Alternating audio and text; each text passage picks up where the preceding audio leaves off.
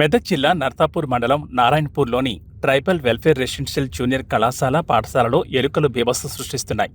నిద్రిస్తున్న 8 మంది విద్యార్థులను ఎలుకలు కరవడంతో భయంతో వసతి గృహం ఒక్కసారిగా ఉలిక్కిపడింది.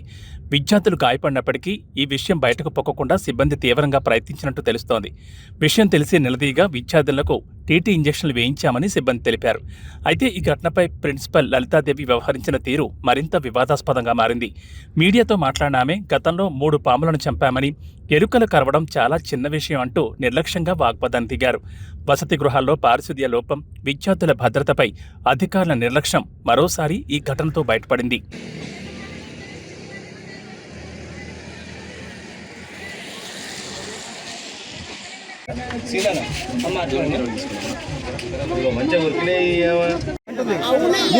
ఎలకలు కాదు, నిన్న పావులే 3 చంపాము. దానికి ఎవడేం చేయాలి? మేడం పాము గారు చనిపోతారు, అప్పుడు ఏం చేస్తారు? వద్దు ఆ మాట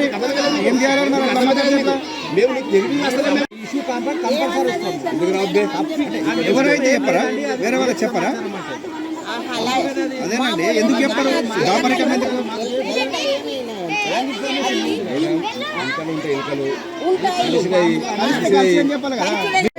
వాళ్ళతోనైనా మనం ఉండాలి మేడం. అదే నేను చెప్పేది, అదే మాకున్న నిజమే సార్, జరిగింది. మేము కూడా అవస్థ. ఇప్పుడు కోతులు ఉన్నాయి అంటే మేడం గారు అన్ని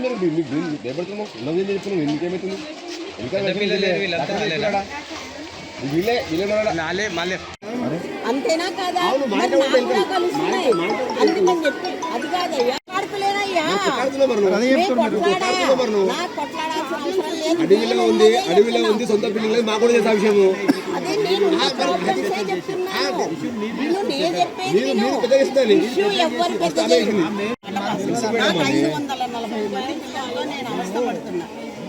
నాకు పడుకోవడానికి కూడా మాకు జాగా లేక నానా అవస్థలు పడుతున్న మాట మాత్రం వాస్తవం. దీంట్లోనే గడుపుకుంటున్నాం. అదా అండర్ కన్స్ట్రక్షన్లో ఉంది, అది కాలేదు. ఇవి ఉన్నటువంటి ప్రాబ్లమ్స్. అంతేనే తప్పిస్తే దీన్ని మనం ఇష్యూ చేసుకోవాల్సిన అవసరం లేదు. నేను అడిగిన అప్పటికైనా 3 సార్లు అడిగినా. కోతి తీరితే నేను వెళ్ళి ఇప్పించుకుంటున్నానా లేదా? అదే రకంగా ఎలక కరిచిందని ఎలక ఏం చేస్తున్నది? అది పడుకున్నప్పుడు వాటికి ఇదైతే నేనేం చేశాను, వెళ్ళి టీటీ ఇంజెక్షన్ ఇప్పించుకురమ్మనని చెప్పినాను అని చెప్పనని ఆసుపత్రికి పంపించాను. అది పంపాలా వద్దా?